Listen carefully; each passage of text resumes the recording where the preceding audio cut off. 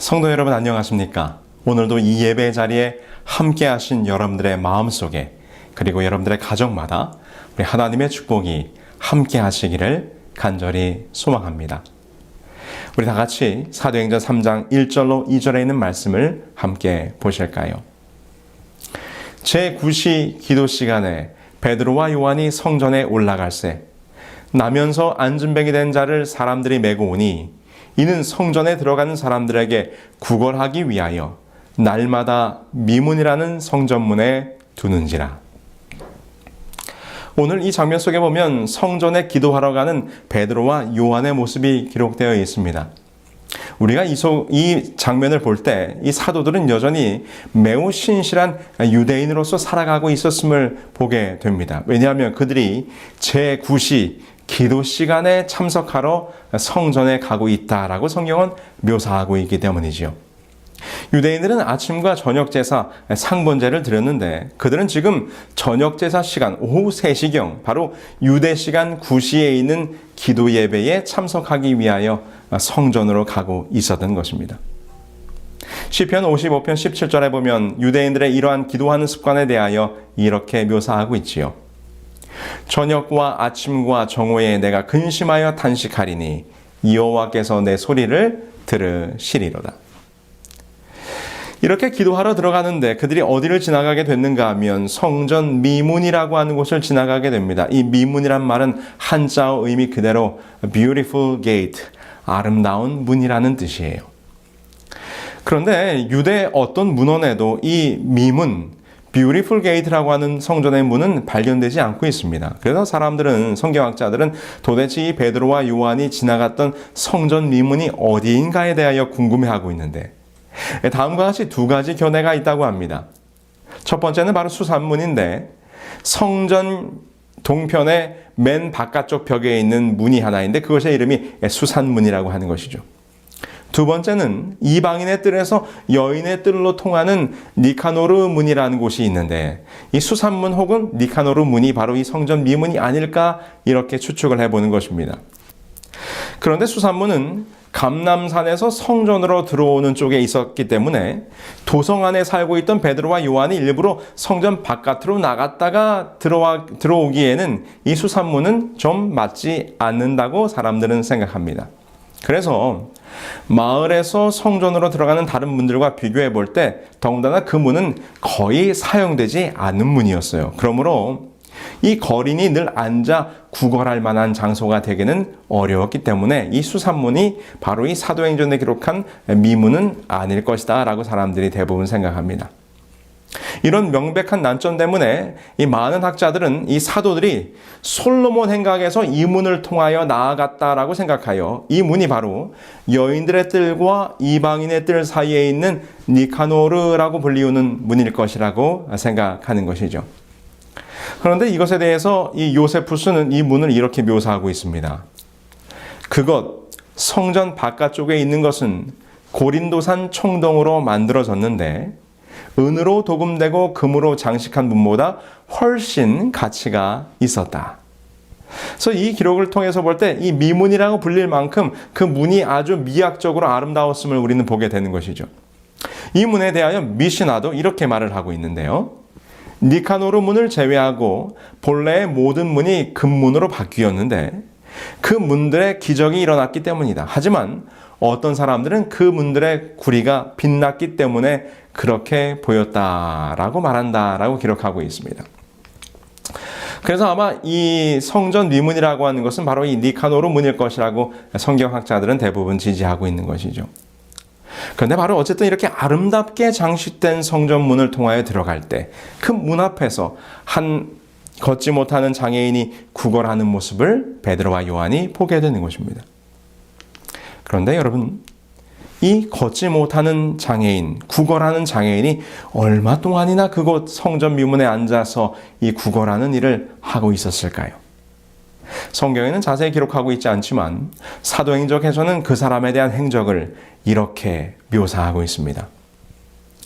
그는 오래전부터 그리스도를 만나기를 갈망했고 그래서 친구들의 도움으로 예루살렘까지 오게 된 사람이었다. 그러나 그가 도착했을 때 그가 그토록 만나기를 갈망했던 그리스도는 이미 잔인하게 처형당하셨다는 사실을 알게 되었다. 그의 실망은 그가 얼마나 오랫동안 예수에게 고침을 받고자 열렬히 고대했는지를 아는 사람들의 동정을 불러일으켰고, 날마다 그들은 그를 성전으로 데려다 주었다. 우리가 이 사도행전의 글을 통해서 볼 때 그는 예수님을 알기 위해서 먼 지방에서부터 올라왔다는 것을 알고 있습니다.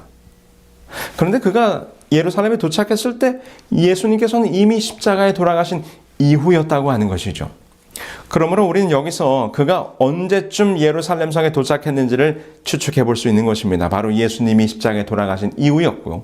지금 사도 베드로와 요한이 그 성전 미문으로 들어가고 있는 것은 예수님께서 부활하시고 승천하신 이후에 한 약 5달 정도의 시간이 지났을 때임을 우리가 생각해 볼 때, 그는 지금 무려 5개월 동안 이 성전 미문에 앉아서 구걸하는 생활을 하고 있었던 것입니다.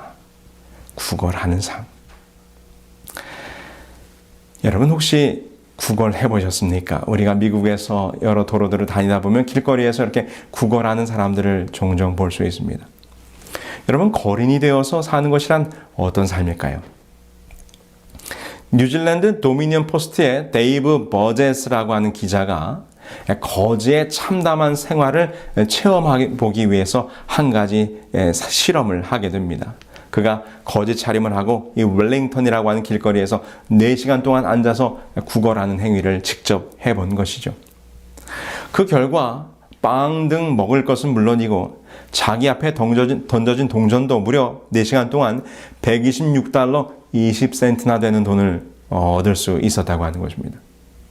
이 버제스는 털모자를 깊숙이 눌러 쓴 채 No money, no hope라고 하는 피켓을 목에 걸고 고개를 푹 숙이고 사람들에게 구걸을 했습니다. 그가 구걸을 하는 동안 총 32명이 돈을 주었는데, 그런데 재밌는 것은 그 중에 남자는 5명밖에 없었다고 하는 것입니다. 그런데 이 기사를 보면서 한국에서도 한 여기자가 자기도 한국에서 한번 구걸하는 실험을 해봐야 되겠다 생각해서 이 구걸해보는 실험을 했습니다. 그녀는 각각 서울역과 신촌역에서 거지 체험을 역시 버제스처럼 4시간 동안 했는데, 그녀는 검은 고무줄 바지에 20년 된 녹색 점퍼에 세탁 안 한 아주 시커먼 운동화를 신고 바로 이 뉴질랜드의 기자처럼 돈도 없고 희망도 없다라는 팻말을 들고 처음 서울역 앞에 앉아있게 되었습니다. 그 결과 그녀는 총 11명이 25,000원을 그녀에게 주었고요. 그녀에게 짜장면을 사준 사람도 있었다고 합니다. 그런데 서울역에서는 이 보안요원에게서 쫓겨나서 금방 자리를 옮겨야 했고요. 그 이후에 신촌역으로 가서 그가 이 거지의 행세를 실험을 더 하게 됐는데, 그녀가 그의 기사에서 이렇게 썼어요. 엉덩이에 냉기와 빗물이 스며들어 얼얼했다. 서울역에선 아무도 신경 쓰지 않았는데 신촌 젊은이들은 이 기자를 흘끼들끼 쳐다봤다. 그녀는 부끄러워 고개를 묻고 팻말로 얼굴을 가렸다. 30분 동안 스쳐 지나가던 구두, 운동화만 쳐다봐야 했다. 하이힐은 그녀 앞을 빠르게 지나갔다. 이따금 할머니 할아버지의 구두가 멈칫하고 이 핏말 앞에 서서 그녀를 보면서 관심을 보이기도 했다고 그녀는 기록했습니다. 그녀가 앉아있던 4시간 동안 그녀는 고개를 들 수가 없었어요. 비록 거제 체험을 하는 실험이었지만 그녀는 정말 자기가 거린이 된 것처럼 고개를 들 수가 없었습니다. 부끄러움 때문에. 그래서 무엇만을 바라봤어요? 4시간 동안 자기 앞을 지나가는 사람들의 발 뒤꿈치만을 바라보았다는 것입니다. 아마 성전 미문에 앉아있던 그 장애인도 무엇만을 바라보았겠습니까? 아마도 똑같이 지나가는 사람들의 발꿈치만을 바라보았을 것입니다. 그리고 돈이 떨어지는 동전통만 바라보았을 것입니다. 성도 여러분, 여기 사도행전 3장에 기록되어 있는 이 걷지 못하는 장애인은 바로 우리들의 모습을 표징하는 것입니다. 그는 예수님을 만나기 위하여 예루살렘으로 올라왔습니다. 그러나 지금은 성전 문 앞에 앉아서 사람들의 발 뒤꿈치만을, 떨어지는 돈통만을 바라보고 살고 있는 것이죠. 여러분, 우리는 지금 무엇을 바라보고 사십니까? 혹 우리도 여전히 사람들만을 바라보고 사시지는 않으십니까? 오늘 우리의 현실만을 바라보고 살고 있지는 않습니까? 여러분, 기억하시게 되길 바랍니다. 이 장애인은 바로 저와 여러분들의 모습을 나타내는 것입니다. 사도행전에 보면 그도 예수님의 이야기를 듣고 예수님을 믿고 그분을 만나기 위하여 예루살렘으로 온 사람이었습니다. 그의 마음속에 예수님을 만나면 나을 수 있겠다는 믿음이 있었고 그 믿음이 그로 하여금 먼 지방에서 예루살렘으로 올라오게 할 만큼 강한 확신을 가지고 예루살렘으로 올라왔던 사람이었어요. 그러나 그는 진정으로 아직까지 예수님을 만나지 못했습니다. 그래서 그가 매일같이 성전에 나오지만 그 성전에 들어가지는 않고 성전 문 앞에서 사람들의 발뒤꿈치만 바라보는 삶을 지금 살아가고 있는 것입니다. 그저 자기 앞에 떨어지는 동전만을 바라보고 있는 것이지요. 우리도 예수님을 믿는다고 하고 매일같이 예루살렘 곧 하나님의 전으로 나아오지만 여러분, 정말 우리는 참된 예수님을 만나고 계십니까? 진정 성소 안으로 들어가서 그분의 보좌 앞으로 나아가는 경험을, 그래서 그분을 직접 만나고 그분을 체험하는 경험을 우리는 우리의 삶 속에서 하고 있는가? 아니면 여전히 이곳에 와서도 사람들의 발 뒤꿈치만을 바라보며 사람만 쳐다보고 있지는 않은가? 성도 여러분, 아무리 우리가 백날 성전에 나와서 사람들을 쳐다봐 봐야 그는 여전히 걷지 못하는 안진뱅이일 뿐입니다. 그 말의 의미는 결코 변화되지 못한다는 말입니다. 여러분, 그럼 우리는 오늘 성전에 나와서 무엇을 바라보아야 합니까? 그렇게 사람들의 발 뒤꿈치만을, 돈통만을 바라보던 그 거린을 향하여 베드로와 요한이 이렇게 말합니다. 사도행전 3장 4절에 기록하기를 베드로가 요한으로 더불어 주목하여 가로되 우리를 보라 하니, 사람들의 발 뒤꿈치만 쳐다보고 있는 장애인에게 고개를 들어서 우리를 보라고 지금 말하고 있는 것입니다. 성전 문 앞에 앉아서 지나가는 사람들만 보지 말고 우리를 좀 바라보라고 지금 초청하고 있는 것입니다. 그런데 여러분, 우리를 보라는 것이 베드로와 요한의 얼굴을 바라보라는 말일까요? 아닙니다. 그들은 그에게 예수 그리스도를 소개합니다. 사도행전 3장 6절이죠. 베드로가 가로되 은과 금은 내게 없거니와 내게 있는 것으로 내게 주노니 곧 나사렛 예수 그리스도의 이름으로 일어나 걸으라.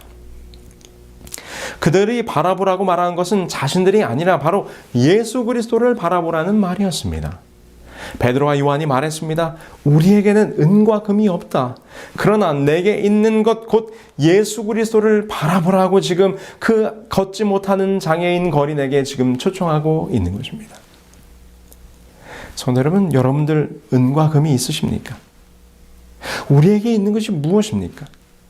정말 우리들의 마음속에 예수 그리스도가 있으십니까? 사람은 받지 않은 것은 줄 수가 없습니다. 사람은 가지지 못한 것 또한 나눌 수가 없습니다. 우리가 그리스도를 소유하지 못하면 그리스도에게 속한 것을 나누어 줄 수가 없어요. 그래서 우리가 그리스도를 모시고 있어야 그리스도를 다른 사람에게 소개할 수 있다는 말입니다. 그리스도를 소개하는 그리스도인은 그 자신이 그리스도에게 속한 자임을 증거하는 자로 살아가고 있다는 것이지요. 여러분들은 정말 여러분들의 마음속에 예수 그리스도를 지니고 계십니까? 여러분들의 마음속에 예수 그리스도가 진정 함께하고 계십니까?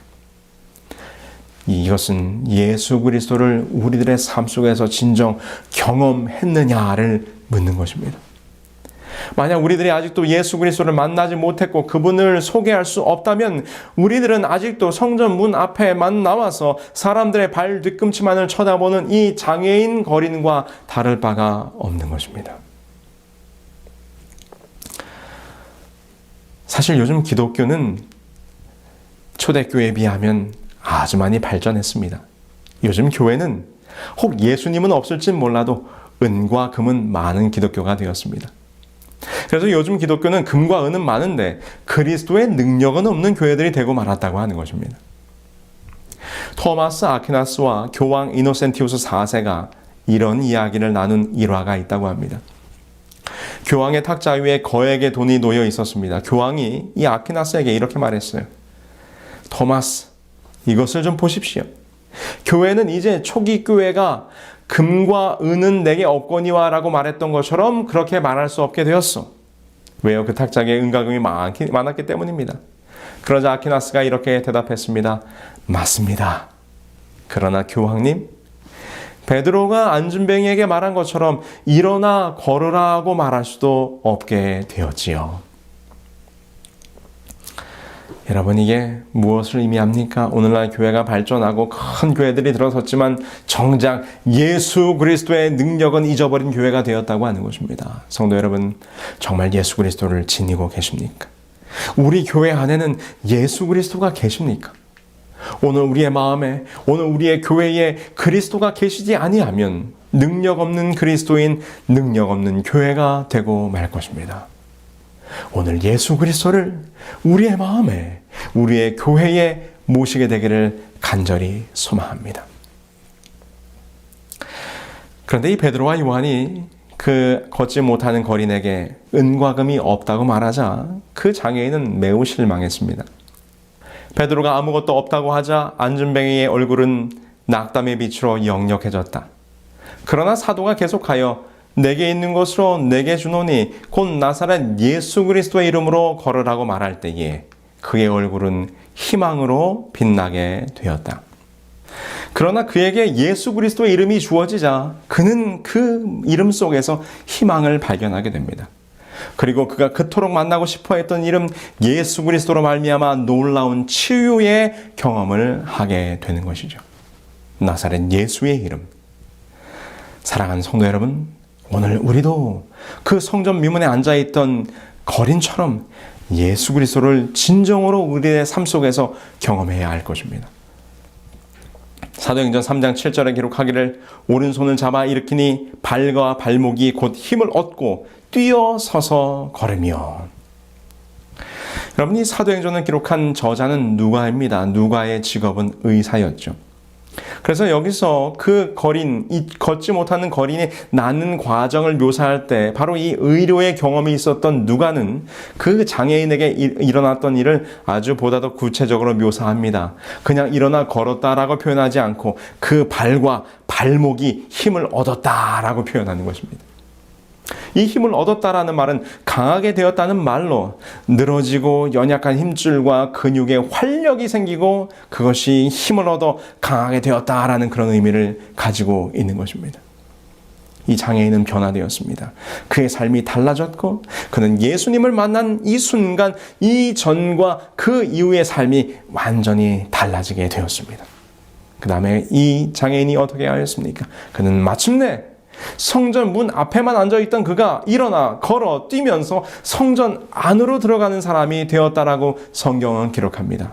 사도행전 3장 8절에 기록하기를 뛰어서서 걸으며 그들과 함께 성전으로 들어가면서 걷기도 하고 뛰기도 하고 하나님을 찬미하니. 매일같이 성전 문 앞에까지만 와서 사람들만 쳐다보고 구걸하던 이가 드디어 성전 안으로 들어가게 된 것입니다. 그는 그곳에서 하나님을 찬양하는 자가 되었습니다. 항상 전 미문 앞에 앉아만 있던 안준뱅이는 이제 걷고 뛰며 성전 안으로 들어가게 된 것입니다. 여러 해 동안 이 사람이 얼마나 다른 사람처럼 경배하러 성전에 들어갈 수 있는 몸을 얻기 위하여 얼마나 자유를 갈망했었겠습니까? 이제 그렇게 할 수 있게 되자 그는 즉시로 성전으로 들어가는 사람이 되었다라고 하는 것입니다. 아까 거짓 체험을 하던 여기자의 이야기로 돌아가 볼까요? 그녀가 앉아있을 때 오후 3시 20분쯤 이임숙이라는 분이 다가와서 그녀에게 1,000원을 쥐어주었습니다. 그리고 얼마간 가다가 다시 돌아와서 그녀가 너무나 딱해 보이는지 그 옆에 같이 쪼그려 앉았습니다. 그러자 다른 행인 최은숙 씨라는 분이 또 다가왔어요. 이 씨와 최 씨가 서로 이 기자의 손과 볼을 만지면서 함께 울기 시작했습니다. 그러자 사람들이 웅성웅성 모여들었습니다. 그녀가 이렇게 말했어요. 딸아, 여기 왜 이러고 있니? 너 이렇게 힘들게 한 게 뭐니? 내가 이렇게 나온 용기면 무슨 일이든 할 수 있어. 해결 방법을 찾자. 이렇게 이야기를 하면서 이 씨와 최 씨가 그녀의 몸을 도닥이며 위로를 해 주었습니다. 이 씨는 기자의 머리카락을 뒤로 넘겨주며 넌 보석 같은 존재야. 우리 따뜻한 밥 한 그릇 먹으며 함께 이야기하자. 우리는 너를 이렇게 내버려 두고 갈 수 없어 라고 말했고 최 씨가 목에 걸린 팻말을 벗겨 구겨버렸습니다. 그리고는 근처 중국집에 가서 함께 짜장면을 먹으며 이야기를 나누었다고 하는 것입니다. 그 이후에도 5,000원을 주며 희망을 갖자고 말았던 한 50대 신사. 손을 꼭 잡으며 교회에 다녀요. 교회에 나가면 용기를 얻을 거예요. 라고 말했던 20대 남성. 그녀를 찾아와서 돈을 주고 식사를 나누고 함께 위로하던 사람들. 그런데 그녀가 보니 그렇게 자기에게 위로를 넘기던 사람들이 모두 다 부유한 옷차림의 사람은 아니었다고 하는 것입니다. 오늘도 성전 문 앞에 앉아있는 불쌍한 영혼들이 있습니까? 우리는 그들을 살펴야 합니다. 여기서 말한 불쌍함이란 경제적인 것만을 말하는 것이 아닙니다. 성전 문 앞에까지는 오지만 그 안으로는 들어오질 않는 주님을 알지 못하고 믿음을 깨닫지 못하고 진리를 알지 못하는 모든 영혼들은 지금 성전 미문 앞에 앉은 불쌍한 영혼입니다. 그들에게 우리에게 있는 것을 나누어야 합니다. 우리에게 금은 많지 않습니다. 은도 넉넉하지 않지요. 돈이 많은 것도 아니요. 권력이 있어 이를 해결해 줄 수 있는 것도 아니지만 오늘 우리에게 있는 것을 나눠주는 삶을 살아야 하지 않겠습니까? 그것은 곧 예수 그리스도. 뿐만 아니라 오늘 우리도 여전히 하나님의 전 안으로 하나님의 품 안으로 들어가지 못하고 지나가는 사람들의 발 뒤꿈치만 쳐다보고 있다면 우리 또한 불쌍한 사람입니다. 교회에 와서 사람들의 발 뒤꿈치를 바라볼 이유가 없는 것이죠. 사람들의 발 뒤꿈치를 아무리 쳐다본들 아무것도 해결되는 것은 없습니다. 오직 예수님의 이름을 의지하여 성전 안으로 들어가야 하는 것입니다. 하나님께로 당신의 능력을 의지하여 나아가야 하는 것이죠. 우리가 그러하기로 마음먹을 때 우리의 연약한 영혼이 힘을 얻어 다시 힘차게 일어서 걸어갈 수 있을 것입니다. 성전 문 앞에 앉아있는 자가 되지 말고 성전 문 안으로 들어가는 자들이 되어 또 다른 성전 문 앞에 앉아있는 자들을 성전 안으로 인도할 수 있는 자들이 되게 해달라고 오늘 우리가 기도해야 하지 않겠습니까? 사랑하는 성도 여러분, 성전 문 앞에 앉은 자가 아니라 성전 안으로 들어가는 자가 되게 해달라고, 또 다른 성전 문 앞에 있는 자들을 성소 안으로 이끌 수 있는 자가 되게 해달라고 오늘 우리 주님 앞에 간절히 기도하는 우리 모두가 되길 바라면서 오늘 말씀을 마치겠습니다. 하늘에 계신 저희들의 아버지 하나님, 오늘 사도행전에 기록된 성전 미문 앞에 앉아있던 장애인의 이야기를 통하여 오늘 우리는 도대체 무엇을 바라보며 이 세상을 살아가고 있는지 일깨워 주셨사오니 참으로 감사합니다. 여전히 우리들의 시선이 이 땅을 향하여 사람들을 향하여 사람들의 발 뒤꿈치만을 향하여 살아가고 있지는 않은지 저희들의 마음을 깨우쳐 주시고 저희들의 눈을 들어 예수 그리스도를 바라보고 우리 주님과 함께 동행하며 우리 주님과 함께 성전 안으로 들어가는 깨어있는 영혼들이 될 수 있도록 인도하여 주시옵소서. 이 안식일 저녁 저희들이 사람을 바라보는 것이 아니라 예수를 바라보기로 결심했사오니 그 결심 속에 우리 성령 하나님께서 함께하여 주시옵기를 믿으며 우리 주 예수 그리스도의 이름으로 기도합니다. 아멘.